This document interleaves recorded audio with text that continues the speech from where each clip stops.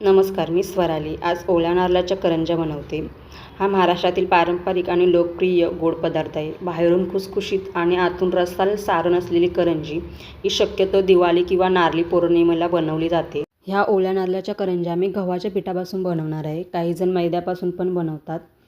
त्यासाठी मी 1 कप गव्हाचं पीठ घेतले, ते चालून घेतलं. 2 चमचे रवा, चवीनुसार मीठ आणि 2 चमचे तेल टाकून हे सगळं मिक्स करायचं पिठामध्ये व्यवस्थित.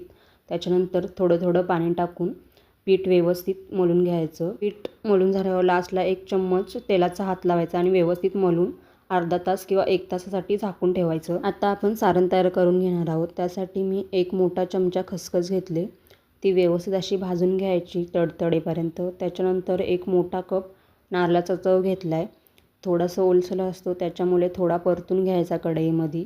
व्यवस्थित परतल्यानंतर त्याच्यामध्येच मी गूळ टाकून घेतले, अर्धा कप गूळ घेतला आहे. तुम्ही तुमच्या आवडीनुसार गोड कमी जास्त करू शकता. गूळ मिक्स होईपर्यंत सतत हलवत राहायचं. त्याच्यामध्येच मी 1 छोटा चमचा वेलची पावडर टाकले. तुमच्या आवडीनुसार तुम्ही ड्रायफ्रूट टाकू शकता किंवा स्किपसुद्धा करू शकता.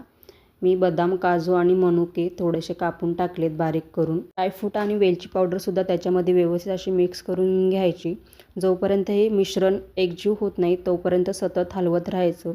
थोडं ड्राय झाल्यानंतर हे मिश्रण आपलं पूर्णपणे तयार झालं असं समजायचं. आता पूर्णपणे आपलं सारण तयार आहे. हे सारण पूर्णपणे थंड करायचं. त्याच्यानंतरच करंज्या तयार करण्यासाठी घ्यायच्या. आपलं पीठसुद्धा व्यवस्थित असं मुरलं गेले.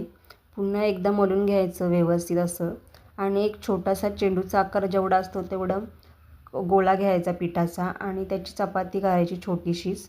माझी थोडी मोठी झाली, तुम्ही छोटी करून घेऊ शकता. त्याच्यानंतर मी इथे करंजीचा साचा घेतला आहे. त्याच्यामध्ये चपाती आपण जी लाटली होती ती ठेवायची आणि त्याच्यामध्ये सारण भरून घ्यायचं आणि दोन्ही साईडनी बंद करून घ्यायचं. त्याला मी करंजी चिपकवण्यासाठी थोडासा मैदा आणि त्याच्यामध्ये पाणी टाकून मिश्रण तयार केलं होतं. त्याच्या साहाय्याने मी इथे करंजी चिपकवून घेतले. त्याच्यानंतर करंजीचा जो साचा आहे तो प्रेस करायचा, म्हणजे जे आतमध्ये डिझाईन असते ती करंजीला येते आणि एक्स्ट्राचं जे पीठ असतं ते काढून घ्यायचं. आता ती करंजी साच्यामधून काढून घ्यायची. तुम्ही बघू शकता करंजीला व्यवस्थित अशी डिझाईन आलेली आहे. आता ह्या करंज्या तेलामध्ये फ्राय करून घ्यायच्या.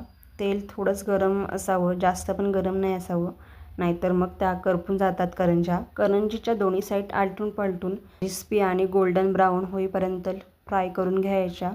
तुम्हाला आजची माझी करंज्यांची रेसिपी कशी वाटली हे नक्की कमेंट करून सांगा. रेसिपी आवडल्यास लाईक करा, शेअर करा आणि सबस्क्राईब करायला विसरू नका. भेटूया नेक्स्ट व्हिडिओमध्ये.